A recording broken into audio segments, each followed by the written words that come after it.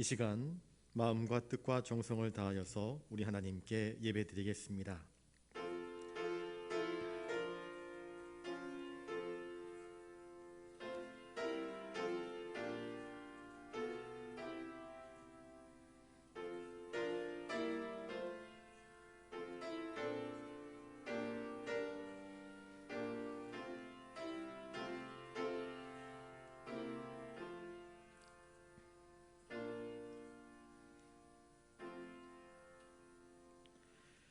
오라 우리가 여호와께 노래하며 우리의 구원의 반석을 향하여 즐거이 외치자. 우리가 감사함으로 그 앞에 나아가며 시를 지어 즐거이 그를 노래하자. 오라 우리가 굽혀 경배하며 우리를 지으신 여호와 앞에 무릎을 꿇자. 그는 우리의 하나님이시요 우리는 그가 기르시는 백성이며 그의 손이 돌보시는 양이기 때문이라. 거룩하신 주님, 우리의 참된 목자이시며 우리의 창조주, 우리의 구원자이신 하나님을 경배하며 이 시간 엎드려 우리의 목청을 다하여 힘껏 찬양합니다. 우리의 찬송과 경배를 통하여서 영광 받아 주시옵소서. 또한 우리의 소원과 간구를 주 예수의 이름을 힘입어 간구하며 하나님께 부르짖습니다. 주여 들으시고 응답하여 주시옵소서. 이 시간 수요 기도회로 모였습니다. 함께 힘써 주님을 경배할 때에 우리의 예배 중에 친히 임재하셔서 주님의 영광을 나타내 주시옵소서. 존귀하신 예수님의 이름으로 기원하옵나이다. 아멘. 찬송가 457장 부르신 후에 류송자 권사님 기도하시겠습니다.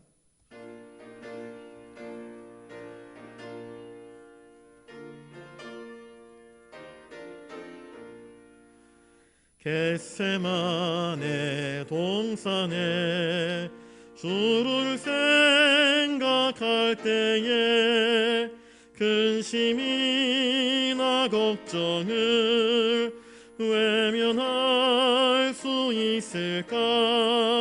나를 항상 버리고 주를 따라가리라. 빌라도의 뜰에선 주를 생각할 때에 수치됨과 아픈 것 못 견딜 수 있을까? 길이 참고 묵묵히 주를 따라가리라. 갈보리 삶 올라간 주를 생각할 때에 나의 받는 괴로움을 비교할 수 없으리. 십자가를 지고서 주를 따라가리라. 무덤에서 부활한 주를 생각할 때에 환난이나 죽음도 두려울 것 없으리. 승전가를 부르며 주를 따라가리라.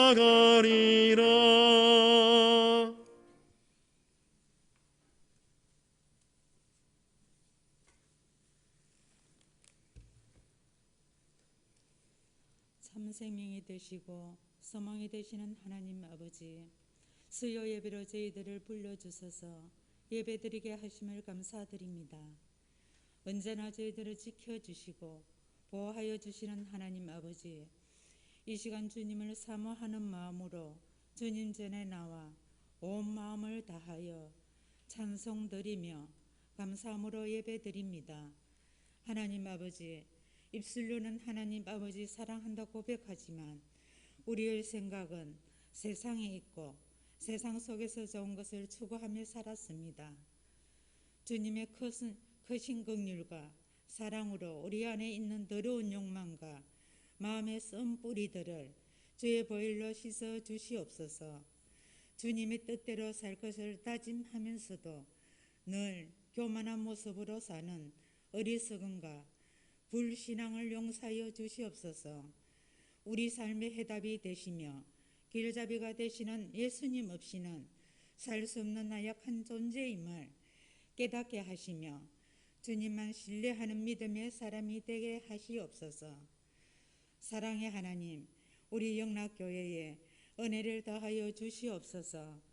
모두가 한마음 한뜻이 되어 저희 교회를 향하신 주님의 뜻을 이루게 하시며 기도의 손을 들어 하나님께 더 가까이 나아가는 은혜를 더하여 주시옵고, 우리 교회가 기도하는 교회, 응답받는 교회, 성령 충만한 교회가 되게 하시옵소서.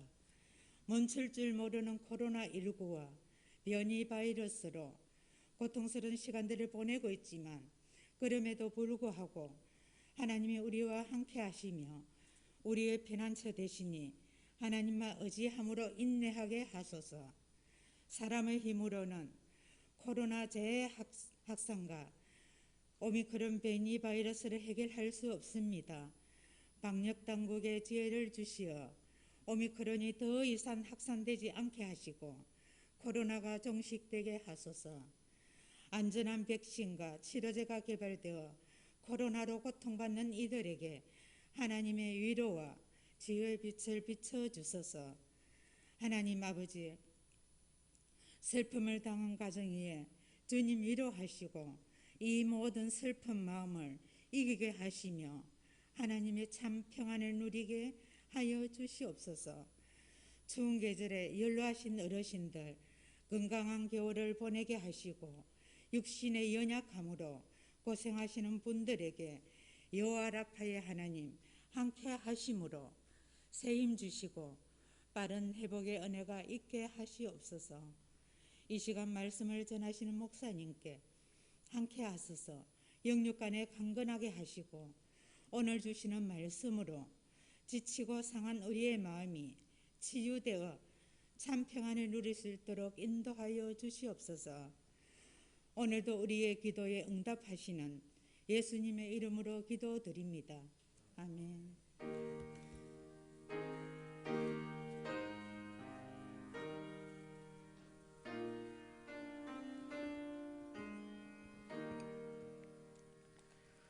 이 시간 하나님께서 우리에게 주시는 말씀은 신약성경 요한복음 16장 16절부터 20절까지 말씀입니다. 신약 175면에 있습니다. 요한복음 16장 16절부터 20절까지 말씀, 우리 한 목소리로 같이 읽겠습니다.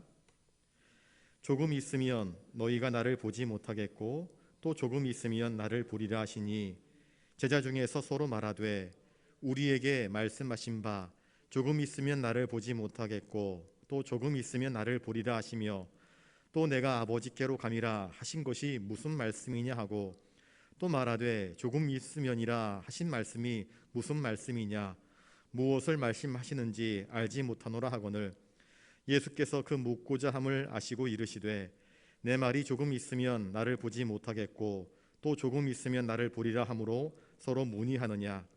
내가 진실로 진실로 너희에게 이르노니 너희는 곡하고 애통하겠으나 세상은 기뻐하리라.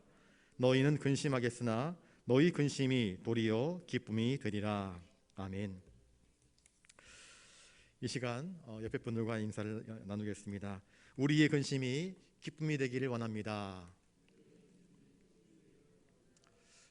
여러분들이 가지고 계시는 모든 근심이 도리어 기쁨으로 바뀌어지는 은혜가 있기를 주님의 이름으로 축복합니다.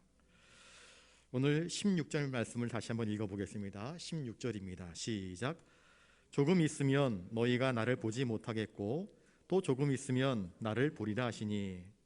이 16절 말씀에서 예수님은 다가올 주님의 십자가 순환 그리고 그 후에 있을 부활을 언급하고 계십니다. 죽음의 시간이 예수님께 점점 다가오고 있습니다.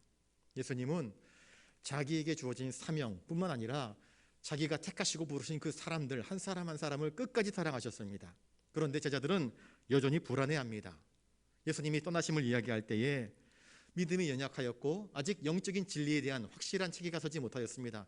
성령의 감동으로 깨달아야만 하는 그러한 하늘에 속한 신비들이 있는데 그 진리의 신비들을 아직 다 깨우치지는 못한 어리숙한 상태였습니다. 그러나 주님은 이 제자들의 떨림 그들의 두려움, 그들의 공포, 어떻게 위로하는 것이 좋을까? 주님은 최선의 방법을 알고 계셨습니다. 그래서 주님은 주님의 죽음이 죽음으로 끝나는 것이 아니고 그것은 부활로 이어지며 또한 주님의 승천과 성령 강림으로 이어지게 된다는 사실을 제자들에게 반복해서 들려주고 또 들려주고 계십니다.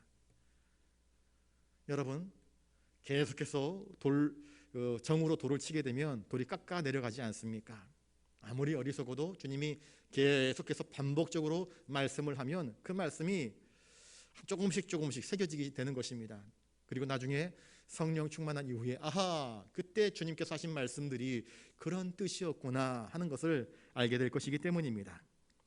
16절부터 19절 사이에 조금 있으면이라고 하는 단어가 7번이나 사용되고 있습니다. 이것은 헬라어로 미크론이라는 뜻입니다. 여러분, 이 미크론에서 마이크로라는 단어가 나옵니다. 마이크로, 아주 작은 것, 아주 작은 것을 이야기합니다. 그래서 이 조금 있으면 아주 짧은 시간, 아주 작은 것을 의미하는데 사실 이 조금 있으면이라고 하는 것은 주님의 입장에서 짧은 시간을 의미하는 것입니다. 그런데 우리 제자들에게 혹은 우리 사람들에게 이 조금, 주님에게 조금은 어쩌면 상징적으로 우리들에게는 긴 시간처럼 느껴집니다. 왜냐하면 주님께서는 하루가 1000년 같고 1000년이 하루 같기 때문입니다. 우리는 시간의 제한 속에서 인생을 살아갑니다. 그러나 주님은 영원 속에서 살아계십니다. 그래서 기준이 다릅니다. 아무튼 이 조금 있으면 문자 그대로는 아주 짧은 시간을 의미하지만 상징적으로는 긴 시간을 의미할 수도 있다는 사실을 우리가 기억할 수 있기를 바랍니다. 예수님은 자신의 공생애를 3년, 그 공생애 3년을 잠시라고 표현을 합니다. 아무튼 주님은 조금 있으면 나를 보지 못할 것이라 말씀하십니다. 실제로 제자들은 예수님께서 십자가에 못 박히셔서 무덤 속에 장사되면 제자들은 예수님을 보지 못하지 않습니까? 그것을 상징적으로 표현하고 있습니다. 예수님의 죽으심, 그리고 제자들의 뿔뿔이 흩어짐. 그러나 비록 주님께서 눈앞에서 저 십자가에 매달려 죽으신다 할지라도 죽음으로 인해서 주님이 내 시야에서 사라지더라도 제자들을 향하여서 끼치신 그 영향력, 은혜, 그 사랑, 긍휼 베푸심은 그 마음속에서 영원히 지워지지 않습니다. 여러분, 눈에 보이지 않는다고 해서 다 사라지는 것이 아닙니다. 그렇지요? 오늘 입관 예배를 드리고 왔습니다. 최정자 권사님, 저희들이 이제 입관 예배를 드렸는데 입관 예배를 드렸다고 해서 권사님의 기억이 다 사라집니까? 그렇지 않잖아요. 남아있는 것들이 있지 않습니까?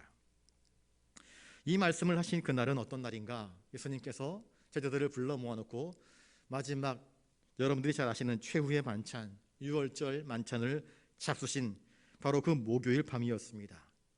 그리고 다음 날 금요일 새벽에 주님은 붙잡히십니다.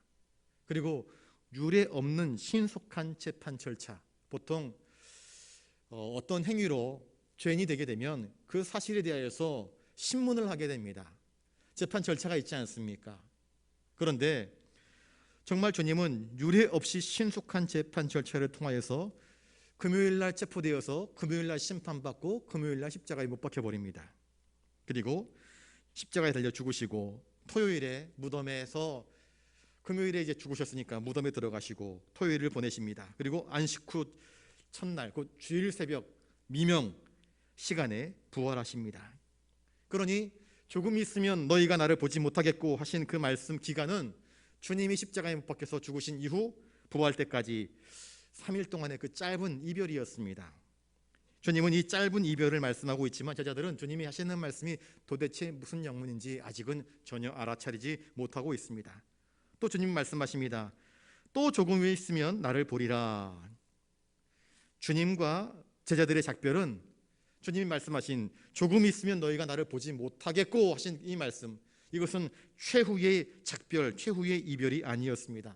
왜냐하면 주님은 사망 권세를 깨뜨리시고 다시 부활하셔서 제자들에게 찾아와 주실 것이기 때문입니다. 3일 뒤에 다시 만날 것입니다. 그러니 주님의 입장에서는 이 죽음으로 말미암는 이별이 영원한 이별이 아님을 제자들에게 이야기해 주고 있습니다. 제자들은 부활하신 주님을 만나게 될 것입니다.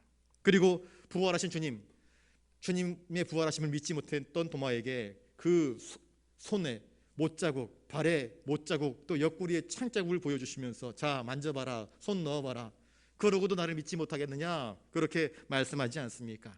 주님의 손의 흔적, 주님은 유령으로, 귀신으로 온 것이 아니라 부활하신 거룩한 몸으로 제자들에게 찾아와 주십니다. 그리고 그것을 제자들이 목도하게 될 것임을 이야기하고 있습니다. 그래서 또 조금 있으면 나를 보리라 말씀하신 것입니다.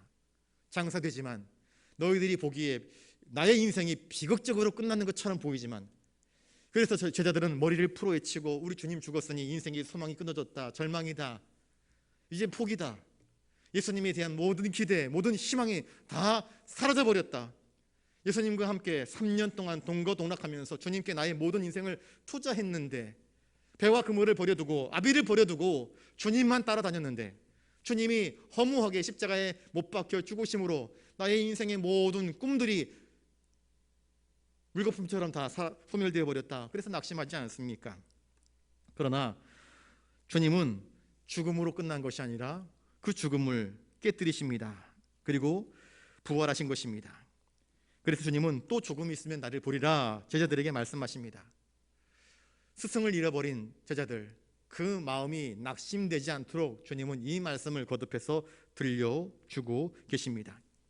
주님은 부활하신 이후에 40일 동안 제자들과 함께 거하십니다. 그리고 여러 제자들에게 나타나 주셨습니다. 왜 그랬을까요? 주님은 인생이 죽음으로서 끝나는 것이 아니라 죽음 이후에 하나님께서 허락하시는 부활의 기쁨이 있음을 보여주시는 것입니다. 그리고 부활하신 주님이야말로 영원한 생명, 참 생명의 근원 되심을 제자들에게 직접 보여주시는 것입니다. 또한 하나님의 영광의 광채가 무엇인지를 제자들에게 직접 나타내 보여주신 것입니다. 그래서 여전히 믿음 없고 무식하고 신앙의 체계가 바로 서지 못한 이 제자들을 위하여서 또한 내가 다시 너희들을 떠나게 될 터인데 승천하신 이후에 내가 약속대로 너희들에게 성령님을 보내주심으로 기존에 내가 너희들과 함께 있었던 방식이 아닌 전혀 다른 방식의 너희들과의 임재, 너희들과의 동행, 영원토록 너희들과 함께 하심에 그 은총을 허락하여 줄 것임을 약속하여 주십니다. 주님은 그렇게 하여서 마침내 승천하셨고 오순절에 성령에 충만한 그 사건이 사도행전을 통해서 나타나게 되는 것입니다. 그리고 주님은 승천하시면서 약속하지 않습니까? 너희가 본대로 내가 다시 올 것이라 재림의 약속을 제자들에게 하셨습니다. 그러니 제자들은 주님의 첫 번째 죽으심, 그 십자가에서 죽으심 때문에 벌벌 떨고 낙심하고 주저앉고 도망치고 있었던 그 제자들이 부활하신 주님을 만나고 난 이후에, 또 승천하신 주님을 목격하고 난 이후에, 그리고 약속하신 성령님이 그들 머리 위에 부어지고 난 이후에 그들은 전혀 다른 제자가 됩니다. 전혀 다른 사람이 됩니다. 그 놀라우신 주님의 모든 약속들이 비로소 이해되어지고 깨달아지는 은총을 경험하게 된 것입니다. 자, 17절 말씀을 읽어보겠습니다. 17절입니다. 시작. 제자 중에서 서로 말하되 우리에게 말씀하신 바 조금 있으면 나를 보지 못하겠고 또 조금 있으면 나를 보리라 하시며 또 내가 아버지께로 감이라 하신 것이 무슨 말씀이냐 하고, 주님은 자꾸 작별을 이야기하십니다. 내가 너희들을 떠나게 될 것이라 하니까 제자들은 당황스럽습니다. 주님은 떠나시면 안 되거든요. 왜 떠나면 안 됩니까? 주님은 우리의 왕 아닙니까? 우리의 메시아 아닙니까? 제자들은 모든 유대인들이 가지고 있었던 메시아 사상을 가지고 있었습니다. 메시아가 오시면 우리의 모든 압제에서 이 나라를 회복시키시고 우리를 압제하는 모든 대적들을 다 짓밟으시고 또 이스라엘을 영원한 토대 위에 세울 것이다 라는 그러한 기대를 가지고 있었습니다. 제자들이라고 다른 기대를 품은 것이 아닙니다. 그것이 모든 유대사회 백성들이 공통적으로 메시아를 기대하는 그러한 소망이었던 것입니다. 그런데 주님은 그들이 기대했던 메시아로 오신 것이 아니라 하나님의 뜻대로 율법의 의를 이루시고 우리의 죄를 대속하시기 위한 구세주로 우리에게 오신 것입니다. 조금 있으면 나를 보지 못하겠고 조금 있으면 나를 보리라 하신 그 말씀이 도대체 무슨 뜻일까? 제자들은 의아해합니다. 궁금해합니다. 도무지 아리송하기만 합니다. 또 이야기합니다. 내가 아버지께로 간다 하는 것은 또 무슨 말씀이냐? 이해할 수 없는 말씀이었습니다. 주님이 제자들에게 하신 이 모든 말씀은 거듭 말씀드리지만 성령님이 오셔서 그들의 가리웠던 것들, 그들의 닫혀 있었던 것들을 열어주고 깨뜨리지 아니하시면 도무지 이해할 수 없는 신비였던 것입니다. 하늘에 속한 신비입니다.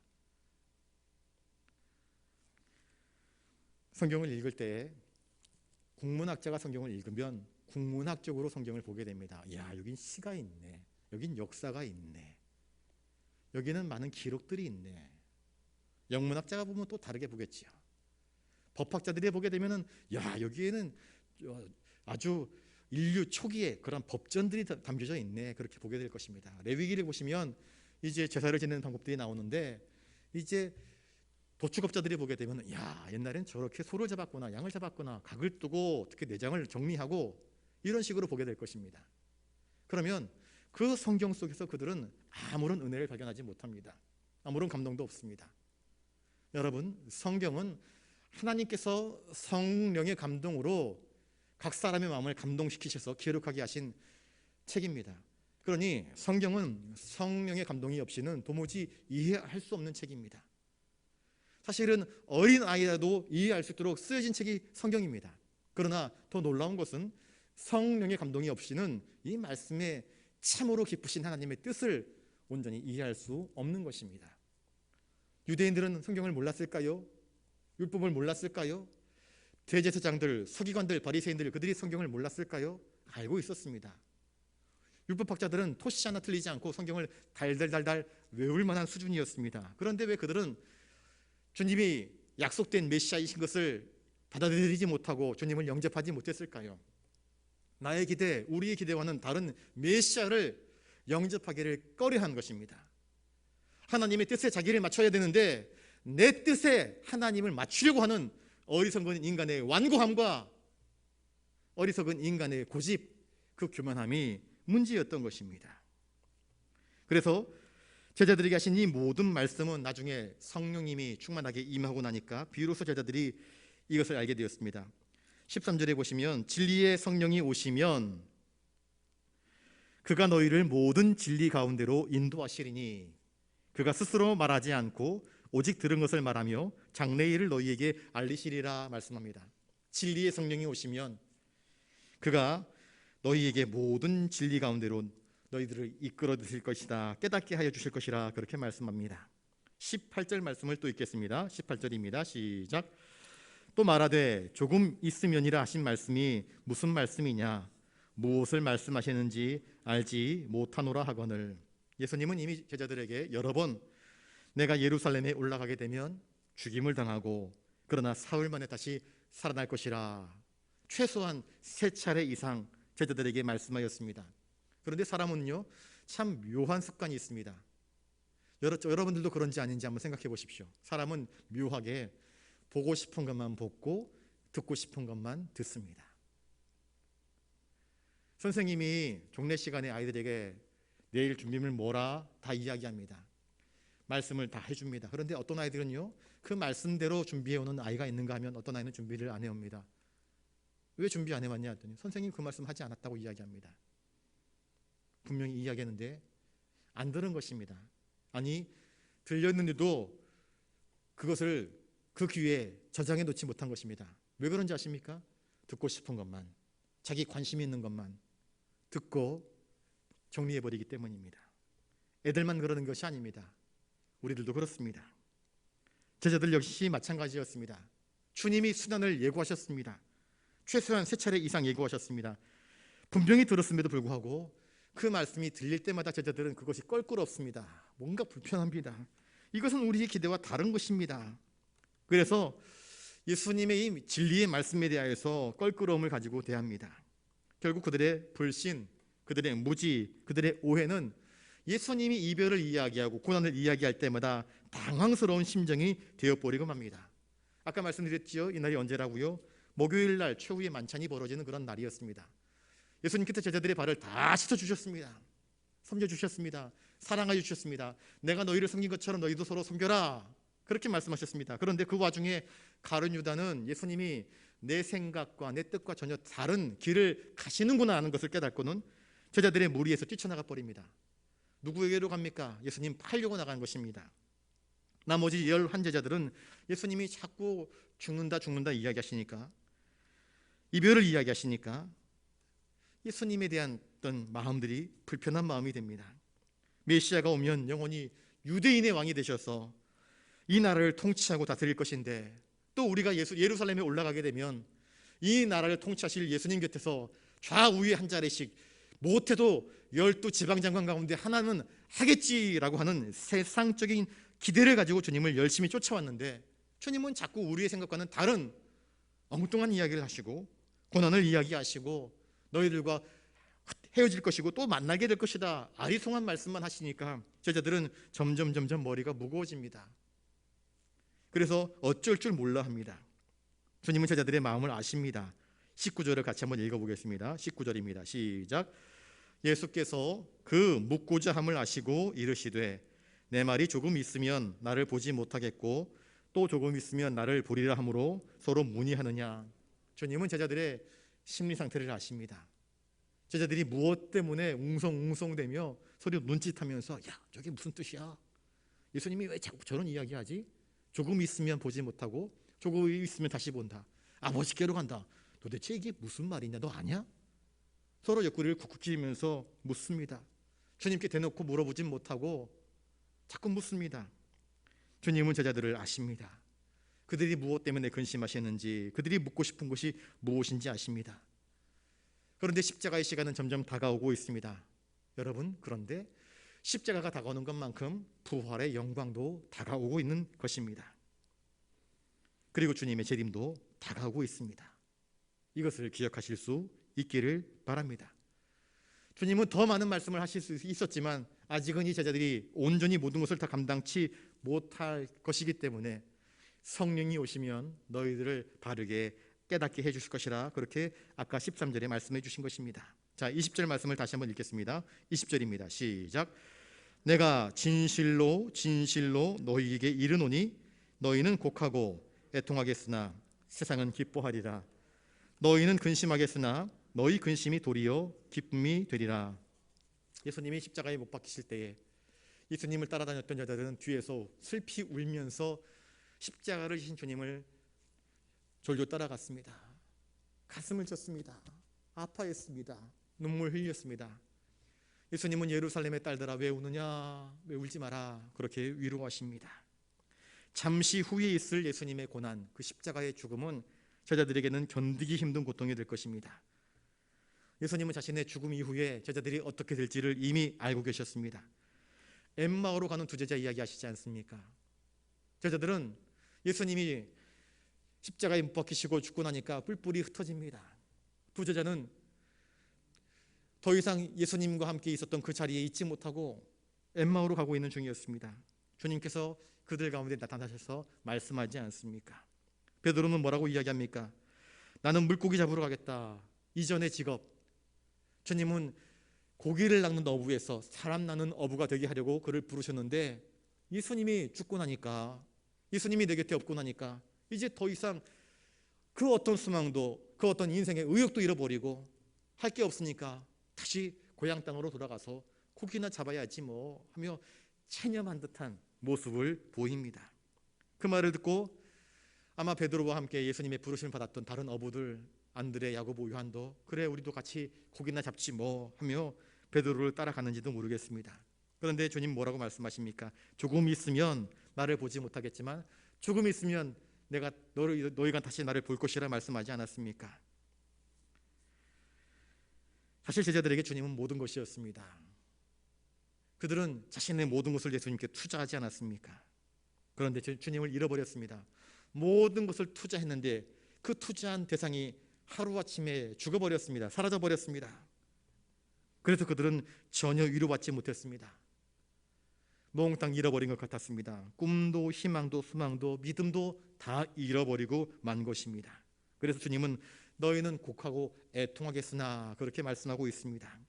반대로 예수님이 십자가 고난을 바라보는 세상은 어떠합니까? 여기서 말하는 세상은 종교 지도자들, 대제사장, 서기관, 바리새인, 율법학자 뿐만 아니라 그들과 함께 예수님을 십자가에 못 박게 한 모든 악대적인 세력들을 포함하는 것입니다. 마태복음 27장 28절부터 31절에 로마 병정들이 예수님의 옷을 벗기고 자색 옷을 입히며 가시관을 엮어 그 머리에 씌우고 갈대를 그 오른손에 들게 합니다. 왕의 손에는 홀이 있습니다. 홀 대신에 갈대를 손에 얹어주고 머리에 가시면류관 씌워주고는 예수님을 놀립니다. 야, 유대인의 왕이야 그러면서 거짓으로 절합니다. 네가 왕이라면서 예수님을 조롱합니다. 그리고 예수님을 예수님께 침을 뱉더니 갈대를 빼앗아 가지고 예수님의 머리를 탁탁 칩니다.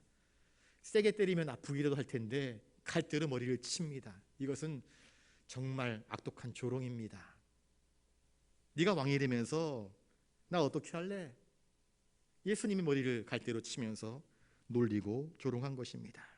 그래서 희롱을 다한 후 그 자색옷 홍포를 벗기고 도로 예수님이 입었던 그 옷을 입히고 난 이후에 십자가에 못 박으려고 끌고 나갔다. 마태복음 27장 28절부터 31절에 나옵니다. 예수님의 대적들, 당시 종교 지도자들, 그리고 세상은, 그리고 사탄은 마침내 하나님의 아들 예수를 십자가에 못 박았기 때문에 우리가 이겼다, 성공했다 라고 생각할지 모르겠습니다. 그래서 그들은 예수님의 시체를 넣어둔 그 굴 입구에 큰 돌을 막아놓고는 인붕하고 파수꾼을 세우지 않습니까? 바리새인들은 이것이야말로 하나님의 공의를 이루는 일이다 생각하고 기뻐했을 것입니다. 사두개인은 부활을 믿지 않기 때문에 이 예수가 이렇게 죽은 것으로 말미암아 주님이 전했던 모든 진리의 도가 거짓될 것이다 라고 그렇게 기뻐했을 것입니다. 종교 지도자들은 이제 백성들의 관심이 더 이상 예수에게가 아니라 다시 우리에게로 돌아올 것이라 하면서 기뻐했을 것입니다. 세상은 피 흘리는 일을 기뻐합니다. 의인을 핍박하는 일을 기뻐하는 것입니다.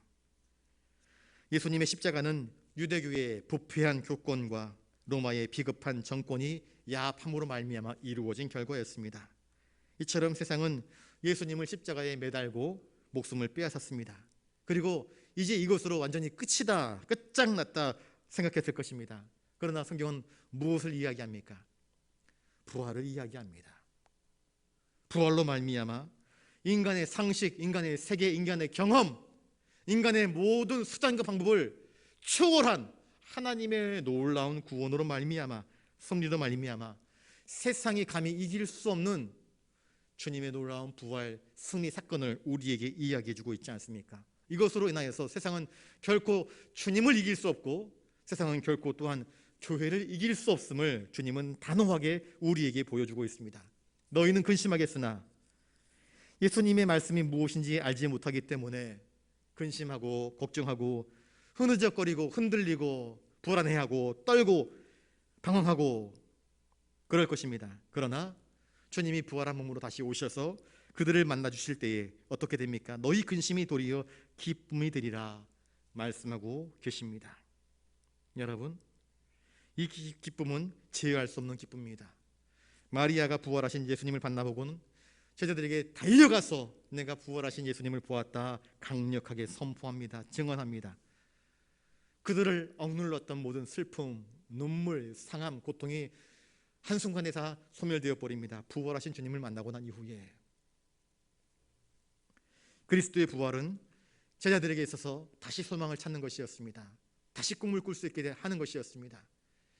이제는 세상적인 기대, 세상적인 가치관, 세상적인 야망이 아니라 주님께서 참으로 우리에게 보여주시고 싶어 하시는 것이 무엇인지, 우리를 이끌고 가시는 세상이 무엇인지, 이 세상에 속한 것이 아니라 저 하늘나라에 속한 영원한 가치, 썩지 아니할 그곳으로 우리를 이끌어 가신다는 사실을 비로소 깨달아 알 수 있게 된 것입니다.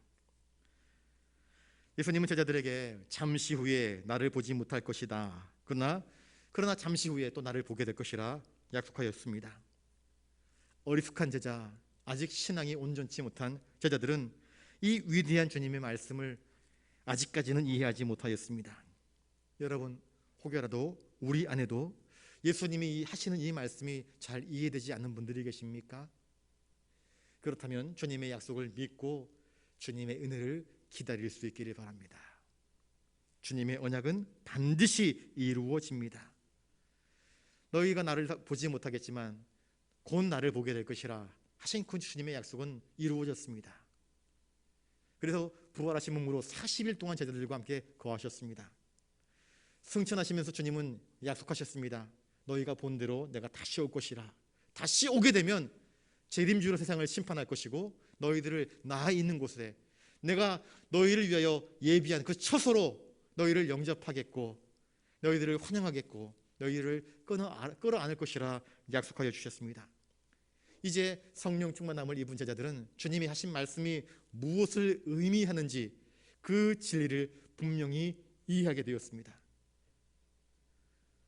이전 부활하신 주님을 만나기 이전 시간과 공간 속에 세상 속에 두려움 속에 쩔쩔매던 그 제자들이 이제는 시간과 공간을 초월하시고 세상을 초월하시고 저 영원한 하늘나라 믿음의 확실한 소망을 보여주시는 주님을 만나고 난 이후에 제자들은 전혀 다른 사람이 되고 주님께서 허락하시는 기쁨과 영광을 추구하는 그런 복된 인생이 되었습니다. 여러분, 저와 여러분들도 그러한 부활하신 예수님을 만나고 또 약속하신 성령님의 충만함을 덧입어서 이전과는 다른 차원이 다른 한 단계 더 레벨업한 초월한 거룩한 성도로 살아갈 수 있는 저와 여러분 되실 수 있기를 주님의 이름으로 축복합니다. 기도하겠습니다. 거룩하신 주님, 성령 충만함을 받기 이전 주님의 제자들처럼 우리들도 종종 주님의 약속하신 말씀을 바르게 이해하지 못하고 다만 눈앞의 욕망들, 더 높아지려고 하고 더 세상에 많은 것들을 차지하려고 하는 모습이 있습니다. 하오니 주님, 우리의 이 연약함, 우리의 이 무지함, 우리의 이 불신앙, 세상적인 것들을 끊어내 주시옵소서. 주님의 약속하신 말씀들의 의미를 분명히 이해할 수 있도록 주님 우리 위에 성령의 부으심을 허락하여 주시옵시고 주님이 약속하신 모든 말씀들을 깨달을 수 있도록 도와주시옵소서. 그리하여서 하늘에 영원한 소망을 두고 오늘을 살되 믿음으로 살아갈 수 있는 믿음의 용사들이 되게 하여 주시옵소서. 감사를 드리오며 존귀하신 예수님 이름으로 기도드리옵나이다. 아멘. 찬송가 458장 찬양하겠습니다.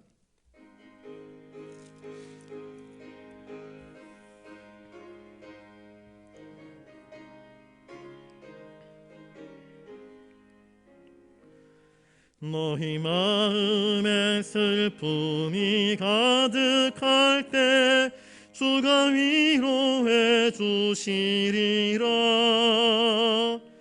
아침 해같이 빛나는 마음으로 너 십자가 지고 가라. 참 기쁜 마음으로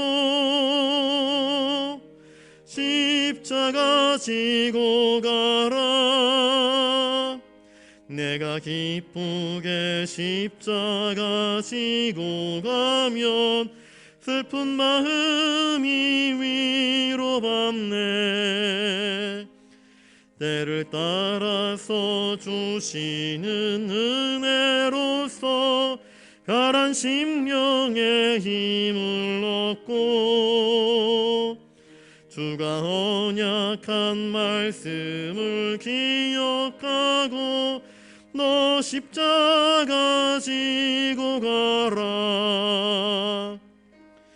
참 기쁜 마음으로 십자가 지고 가라. 내가 기쁘게 십자가 지고 가면 슬픈 마음이 위로받네. 내가 맡은 일 성실히 행할 때에 주님 앞에서 상 받으리. 주가 베푸신 은혜를 감사하며 너 십자가 지고 가라. 참 기쁜 마음으로 십자가 십자가 지고 가라. 내가 기쁘게 십자가 지고 가며 슬픈 마음이 위로받네. 주신 말씀을 기억하면서 주님 우리에게도 성령 충만함을 주시옵소서 기도할 수 있기를 바랍니다. 성령 충만함을 받기 이전의 제자들은 어리석었습니다. 주님과 함께 있으면서도 세상을 바라보았습니다. 세상의 야망을 꿈꿨습니다. 자기 욕심으로 주님을 이해하려고 애를 썼던 것입니다. 주님 몹시 안타까웠을 것입니다. 이들이 깨져야 할 터인데, 눈이 열려야 할 터인데, 그래서 주님은 제자들에게 자꾸 왜 이렇게 믿음이 약하냐, 왜 이렇게 믿음이 없느냐 자주 책망하셨던 것입니다.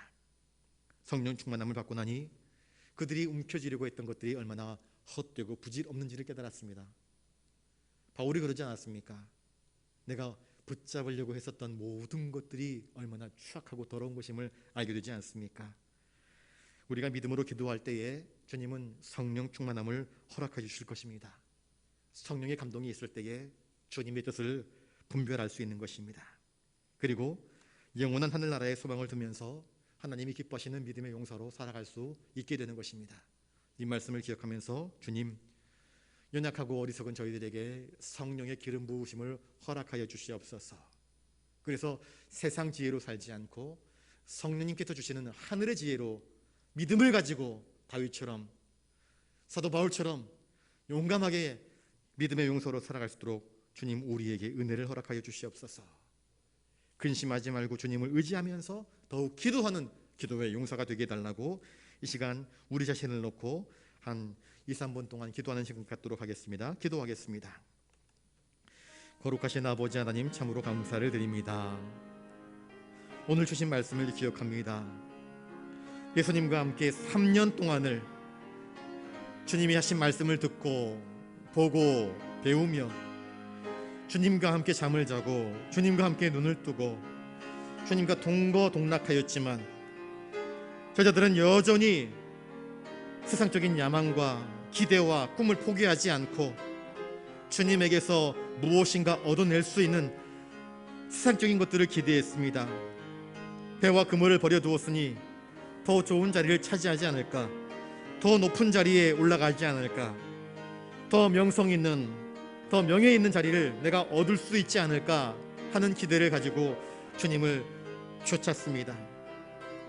그러나 주님이 죽으시고 제자들은 깨어지고 흩어지고 마음이 상심을 경험하였습니다. 부활하신 주님을 다시 만나고 난 이후에, 약속하신 성령님이 그들에게 부어진 이후에 제자들은 비로소 보지 못했던 것들을 보게 되고 깨닫지 못했던 것들을 깨닫게 되었던 것처럼 주님 이 시간 성령님께서 우리들 위해 임재하시기를 원하옵나이다. 보지 못했던 것, 깨닫지 못했던 것, 알지 못했던 것들을 깨달아 알 수 있게 하여 주시옵소서. 하늘의 거룩한 것에 대한 소망을 품게 하여 주시옵시고 거룩한 진리의 말씀에 감동하여서 바울처럼 세상의 헛된 욕망들을 배설물처럼 버릴 수 있는 담대한 믿음과 지혜를 주시옵소서. 영원한 하늘나라, 썩지 아니할 하늘나라, 그 상급을 바라보면서 오늘도 믿음으로 용감하게 살아갈 수 있는 믿음의 용사들 되게 하여 주시옵소서. 주님, 어려운 일 있을 때에 낙심하거나 근심하거나 두려워 떨지 않게 하여 주시옵시고 이런 때일수록 더욱더 주님을 의지하면서 기도하는 가운데에 기도의 용사로 하나님의 응답받는 자로 살아갈 수 있도록 도와주시옵소서. 주여 은총을 허락하여 주시옵소서. 올라오면서 뉴스를 보니 코로나 확진자가 계속 늘고 있습니다. 전 세계적으로 4억 명이 넘는 확진자가 발생을 하였고 전 세계적으로 코로나 관련 사망자가 570만이 넘습니다. 1차 대전 때에 약 1천만 명이 죽고 2천만 명이 부상당했다고 합니다. 1차 대전 때. 그러니 지금 570만, 이제 숫자는 언제까지 불어날지 모르겠지만 1차 대전 때 육박하는 그러한 숫자로 이제 사망자가 늘어나고 있는 가운데 있습니다. 뭐 오미크론이 증상이 경증으로 바뀌고 또 이제 위드 코로나로 바뀔 것이다라고 하는 전망들이 나오고 있지만 기저질환이 있으신 분들, 또 연로하신 분들에게는 아직까지도 이 코로나가 위협적인 존재일 수밖에 없습니다. 여러분, 위에서 기도해 주시기 바랍니다. 인간이 과학, 인간의 지식, 인간의 경험으로 이것을 극복해내려고 하는데 참 쉽지 않습니다. 방역체계를 가동하게 되면 이 문제가 해결될 것만 같았는데 우리가 경험하고 있지 않습니까? 방역체계로서 이것을 감당할 수 없는 연약한 인간인 것을. 그래서 기도하기를 바랍니다. 하나님, 우리를 불쌍히 여기시고 우리 민족을, 또 전 세계 백성들을 불쌍히 여기셔서 인류를 불쌍히 여기셔서 회복시켜 주십시오. 고쳐주십시오. 치료하는 광선을 발아주십시오. 여러분들 기도해 주시기 바랍니다. 그래서 우리의 생업, 일터가 회복되고 가정 경제가 다시 회복되고 또 우리 자녀들이 마음껏 학교에서 뛰어놀고 또 우리 교회에서 마스크를 벗고 힘써서 기도하고 부르짖고 또 우리 찬양들이 마음껏 하나님을, 그 거룩한 이름을 찬양하고 또 밖에 나가서 거룩하신 예수 그리스도의 복음을 증거하고 전할 수 있는 그러한 은혜가 있게 해달라고 이 시간 우리 한 3, 4분 정도 같이 기도하는 시간 갖도록 하겠습니다. 기도하겠습니다. 거룩하신 아버지 하나님, 2년 넘게 이어지는 이 코로나의 장기화 속에 많은 백성들이 탄식하며 아파하며 힘들어하고 있습니다. 4억 명이 넘는 사람들이 코로나에 걸렸고 그 중에서 570만 명이 넘는 사람들이 사망하였습니다. 드러난 통계만 그렇습니다. 드러나지 않은 아프리카나 남미 혹은 인도, 중국 등 얼마나 많은 생명들이 안타까이 생명을 잃었는지 아무도 알지 못합니다. 하나님, 이 나라, 이 백성, 이 세계 하나님이 창조하신 이 모든 피조물들의 신음하는 소리, 탄식하는 소리를 들으시고 하나님, 이 모든 악한 질병에서, 이 연병에서 우리를 건져주시옵기를 바라옵고나옵나이다. 눈에 보이지 아니하는 그 미세한 바이러스가 우리 인생의 생명들을 갉아먹고 있습니다. 우리의 시간을 갉아먹고 우리의 관계를 갉아먹고 우리의 꿈을 갉아먹고 우리의 생업을 갉아먹고 우리의 경제를 갉아먹고 있습니다.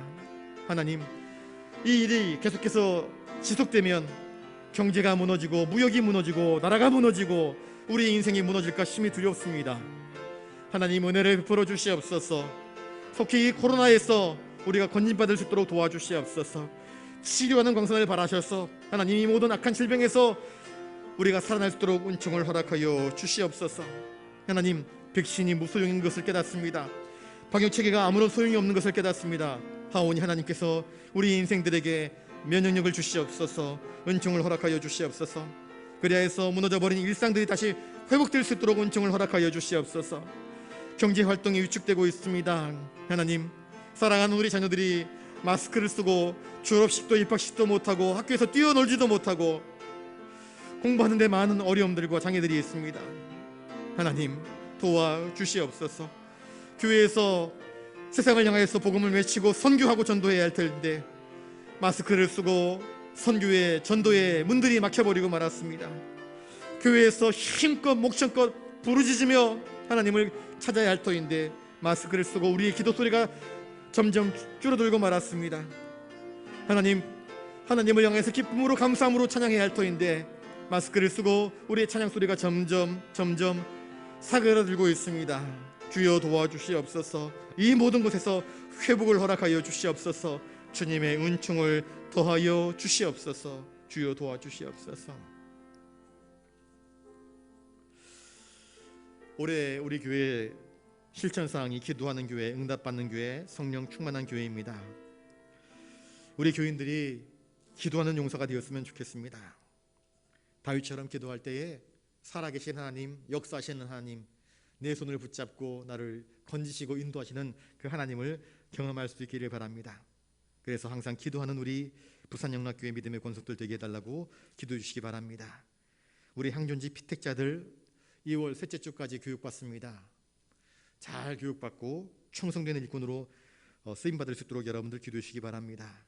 우리 교회가 돕는 태국 바타카의 교회, 또 필리핀 김상철 선교사님, 남수단 강범진 선교사님, 아프리카 케냐 이승일 선교사님, 또 우리가 인도에 세운 교회들, 그곳 현지인들, 또 우리 선교사님 가정 자녀들, 그들을 통하여서 어렵고 힘든 가운데서도 하나님의 은혜가 샘물처럼, 하나님의 구원의 진리가 강물처럼 흘러갈 수 있도록, 그래서 부흥과 성장을 이룰 수 있도록 기도해 주시기 바라고요. 옆에 계신 우리 아프신 환자분들, 우리 교회 식구들을 여러분들 위해서 기도해 주시기 바랍니다. 또 오늘 우리가 최정자 권사님 입관 예배를 드렸는데 내일 발인 및 학원 예배가 있습니다. 남은 장례 절차 위에 하나님의 은혜가 있게 해달라고, 특별히 우리 김귀한 집사님 이제 건강 잃지 않고 또 우리 남은 유족들, 우리 아버님 잘 모실 수 있도록 우리 유족들 마음도 붙잡아 달라고 여러분들 기도하시기 바랍니다. 아프신 환자분들, 또 연로하신 우리 어르신들 위해서 기도해 주시고, 또 올 한 해 우리 교회 위에 하나님께서 부흥의 불꽃, 성령의 불꽃을 허락하여 주셔서 정말 믿음과 은혜가 활활 타오를 수 있는 아름다운 교회가 될 수 있도록 여러분들 기도해 주시기 바랍니다. 그리고 이 저녁에 여러분들이 가지고 나오신 개인적인 기도의 제목을 놓고 이 시간 다시 한번 3, 4분 정도 기도하는 시간 갖도록 하겠습니다. 기도하겠습니다. 하나님, 참으로 감사를 드립니다. 오늘 이 저녁에 저희들이 수요 기도회로 모여 하나님의 은혜를 구하며 기도합니다. 교회에 아프신 환자분들 계십니다. 연로하신 어른들 계십니다. 특별히 우리 최정자 권사님 지난 화요일 아침 하나님의 부르심을 받아 사랑하는 아내, 사랑하는 어머니를 여인 슬픔당한 유족들이 있습니다. 오늘 입관 예배를 드렸습니다. 내일 발인과 하관 예배가 있습니다. 우리 김귀한 집사님 사랑하는 아내를 먼저 떠나 보내고 마음의 안타까움과 서글픈 또 상심한 마음이 있습니다. 주여 위로하여 주시옵소서. 그 상한 심령이 성령의 능력으로 말미암아 위로받게 하여 주시옵소서. 사랑하는 어머니를 먼저 떠나보낸 우리 이남일녀 하나님, 그 가정을 지키시고 보호하여 주시옵소서. 남은 장례 절차 가운데서도 함께 주셔서 은혜로 이 모든 것들이 잘 진행될 수 있도록 도와 주시옵소서. 하나님, 우리 지난 선거를 통하여서 항준직 피택자들이 교회의 일꾼으로 세워졌습니다. 열심히 교육받고 있습니다. 주님, 이들이 더욱 기도하는 성도들 되게 하시고 더욱 충성하는 일꾼들로 성장해 세워질 수 있도록 은총을 허락하여 주시옵소서. 하나님, 3월 9일에 대통령 선거가 있습니다. 또 6월 1일에 지방선거가 있습니다. 이 시대에 또 이 나라에 또 앞날을 예비하는 귀한 일꾼들이 대통령으로 또한 지역의 정치 지도자들로 세워질 수 있도록 은총을 허락하여 주시옵소서. 하나님, 참으로 나라, 역사, 이 모든 세계를 섭리하시는 분이 하나님이심을 깨닫습니다. 하나님이 우리 국민들의 마음을 지혜롭게 하시고 분별력 있게 하시고 또 미래를 바라보고 예측할 수 있는 마음을 주시옵소서. 이 시대에 꼭 필요한 사람들을 일꾼으로 세울 수 있는 은총을 허락하여 주시옵소서. 태국 바타카의 교회 필리핀 김상철 선교사님, 남수단 강범진 선교사님, 케냐 이승일 선교사님, 우리가 또 인도에 세운 교회들, 그 모든 곳들을 주님께서 기억하시고 돌보아 주시옵소서. 하나님이 뜻이 계셔서 우리가 그들과 연결되어 함께 주님의 사역들을 감당하게 되었습니다. 그들을 위하여 기도합니다. 선교의 현장 열악하고 힘들지만 오늘도 무릎 꿇고 하나님의 은혜를 구하며 열심히 사역할 때에 그 교회를 통하여서, 그 선교사님들을 통하여서, 그 가정을 통하여서 아름답고 거룩한 주님의 진리의 은혜가 강물처럼 흘러갈 수 있도록 그 갈급한 심령들 위에 은혜로 역사될 수 있도록 주님 은총 내려 주시옵소서. 하나님, 오늘 이 저녁에 여러 가지 기도의 제목들을 가지고 나와 하나님의 은혜를 구하는 거룩한 백성들의 부르짖음과 눈물을 들어주시옵소서. 하나님, 세상을 둘러보고 내가 의지할 곳이 있는가 찾아보지만 세상에는 우리의 의지의 대상이 없습니다. 아무도 우리를 도와줄 수 없습니다. 이 인생의 기가 막힐 수렁에서 우리를 건져주실 분은 오직 하나님밖에 없음을 알기에 이 저녁에 주님께 나와 엎드려 간구합니다. 거룩하신 예수님의 이름을 힘입어 주님께 강청하며 기도합니다. 주여, 들으시고 응답하여 주시옵소서. 우리의 연약함, 우리의 부족함 주여 위로하시고 공유를 베풀어 주시옵소서. 주여 도와주시옵소서. 주여 도와주시옵소서.